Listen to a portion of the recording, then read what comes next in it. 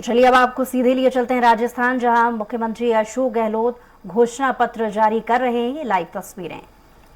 तो ये जो वादे किए वो हमने जनता के सामने पेश किए थे, उसके आधार पर ये मैनिफेस्टो बना है। आपकी ड्यूटी चीफ सेक्रेटरी ड्यूटी है। अब आप मैनिफेस्टो जो है इसको आप किस प्रकार से अपने पास रखें, आधार पर फैसले हो सेक्रेटरीज के भी, कलेक्ट्रेट के भी और तमाम अधिकारी। मुझे याद है उस वक्त में एक्स्ट्रा कॉपी छपानी पड़ी थी, मुझे मना था। आप समझ सकते हैं कि मैनिफेस्टो को महत्व देने का काम देश के अंदर किसी ने किया पहली बार, तो राजस्थान सरकार ने किया था, कांग्रेस सरकार ने किया। और इसीलिए आज 96% तक हम मैनिफेस्टो पूरा कर पाए हैं, क्योंकि हमारी सोच जो है वो है वादा करो मत। ये खड़गे साहब भी कहते हैं, राहुल गांधी भी कहते हैं, करो मत, करो तो निभाओ। पूरी झलक है कि हम 96 तक दे गए इसको। अब मैं आपको, वैसे तो हमने कानून के अच्छे बनाए हैं। आज राजस्थान की चर्चा पूरे देश में हो रही है हमारे कानूनों की, हमारी स्कीमों की, हमारे गारंटीज की। पर कानून जो राइट टू हेल्थ का कानून देश में कहीं नहीं बना, मिनिमम इनकम गारंटी एक्ट कहीं नहीं बना, गिग वर्कर्स एक्ट का तो मिस्टर मैथ्यू का आर्टिकल पढ़ा मैंने एक्सप्रेस के अंदर। उसने कहा कि ऐसा कानून हिंदुस्तान में हर राज्य में बनना चाहिए और दुनिया के मुल्कों में बनना चाहिए। राजस्थान जैसा कानून आप सोच सकते हैं, तो इस कानून के लिए इम्पोर्टेंट है। पेपर लीक के जो इश्यू बना रहे हैं, तो पूछो हिंदुस्तान में किस राज्य ने लोगों को अरेस्ट किया, कार्रवाई करी और कानून पास कर दिया आजीवन कारावास। आजीवन कारावास हिंदुस्तान में कहीं नहीं पास हुआ जो हमने कानून बनाया है, पेपर लीक वाला। एडवोकेट प्रोटेक्शन एक्ट, एडवोकेट्स का राइट थी कि प्रोटेक्शन एक्ट लागू होना चाहिए, वो भी हमने पास कर दिया। अब रुक गया है राज्यपाल के बाद में, केंद्र के बाद में, अलग बात है। किसानों की जमीनें कुर्क नहीं हो सके।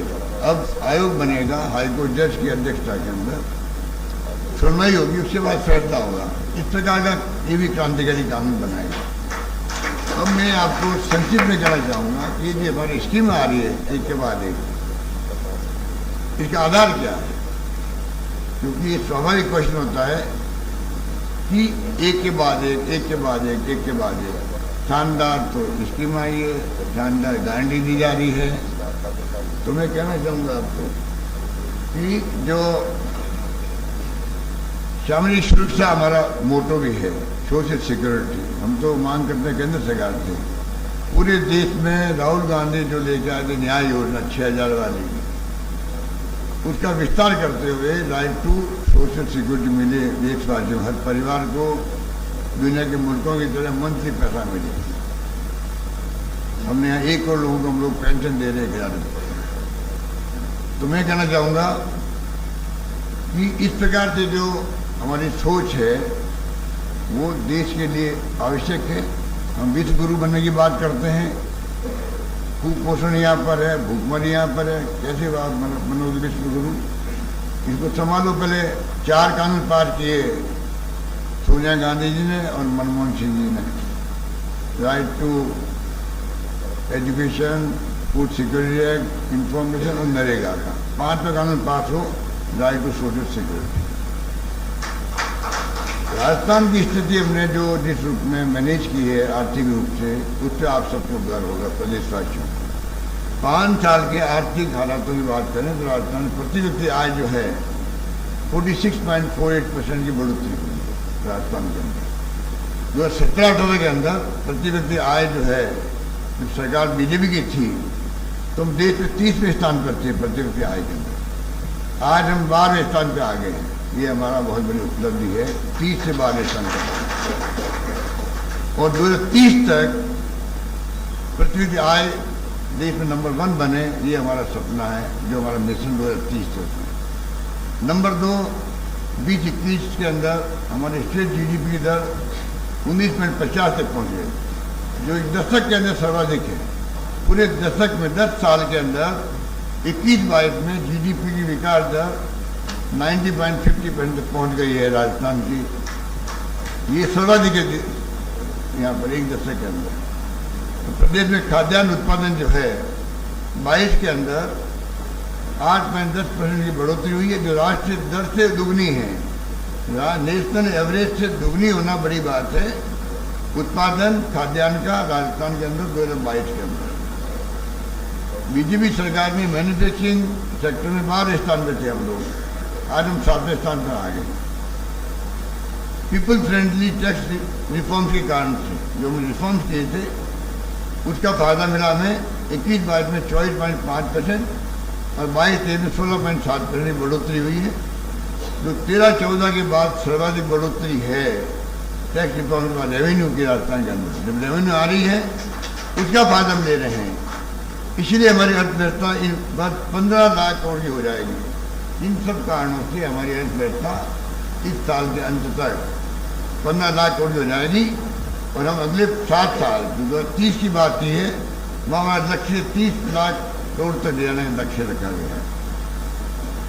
इस प्रकार हमने बेहतर होती आर्थिक स्थिति का लाभ जो है अलग अलग योजनाओं के माध्यम से जनता को दिया। ये मैं कहना चाहता हूँ कि जितना भी हमारा परफॉर्मेंस है और लास्ट में आर्थिक विकास दर उत्तर भारत में राजस्थान नंबर 1 है।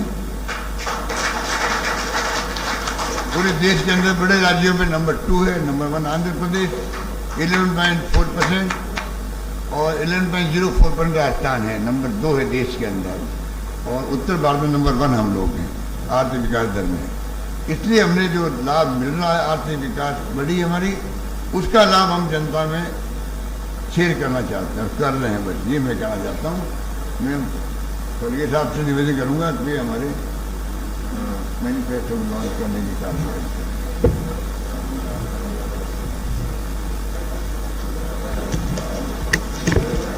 ओपन करना पहले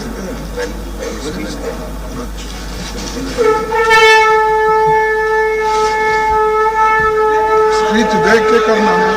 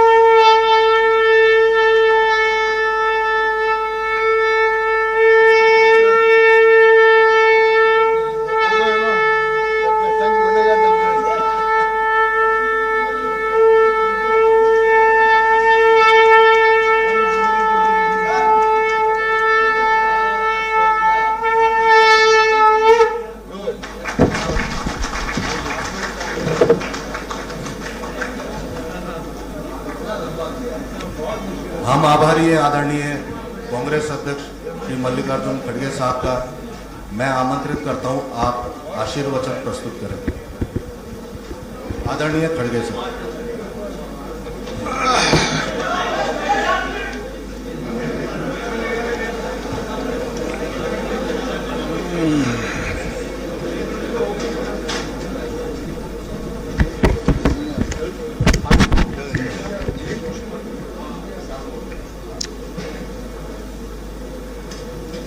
आज के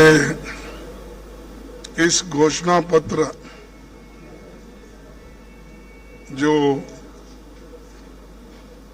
हमने जारी कर रखा,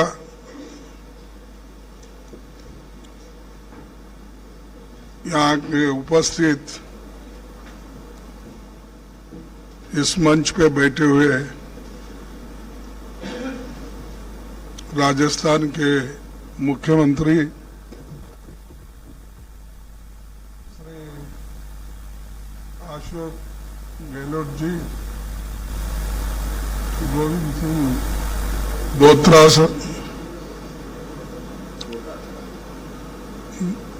डोटास राजा, ये इतना डिफिकल्ट क्यों रख लिया? आप तो सिंह है बस है, गोविंद सिंह ही बस है। तो उसी से पहचाना जाता कौन है क्या है, फिर ये क्यों। सीपी जोशी जी, जयराम रमेश जी, मुकुल वासनिक जी, सचिन पायलट जी, प्रमोद तिवारी जी, जितेंद्र सिंह जी, मोहन प्रकाश जी, नासिर हुसैन जी और इस मंच पे बैठे हुए साथियों और यहाँ पर जो हमारे पार्टी के अन्य नेता हैं और खासकर इस समारोह में घोषणा पत्र डिक्लेरेशन में उपस्थित मेरे मीडिया के भाइयों, अभी इस घोषणा पत्र में क्या है इसका हमारे पीसी जोशी साहब ने पूरा आपको बताया। सीपी जोशी साहब जितने मेन पॉइंट्स थे वो सभी उन्होंने माध्यम के साथ सामने भी रखा और यहाँ उपस्थित सज्जनों के सामने भी रखा। जो काम हमने पहले किया वो भी उन्होंने। तो राजस्थान के जयपुर से ये लाइव तस्वीरें अभी तक आप देख रहे थे, जहां पर राजस्थान में घोषणा पत्र लॉन्च किया जा रहा था, जिसमें मल्लिकार्जुन खड़गे भी मंच पर मौजूद थे और साथ ही मुख्यमंत्री अशोक गहलोत भी मंच पर मौजूद थे, जहां पर उन्होंने इस घोषणा पत्र का शंखनाद किया। और इसी के साथ ही बुलेटिन में इतना ही। कुछ और खबरों के लिए देखते रहिए स्वराज एक्सप्रेस।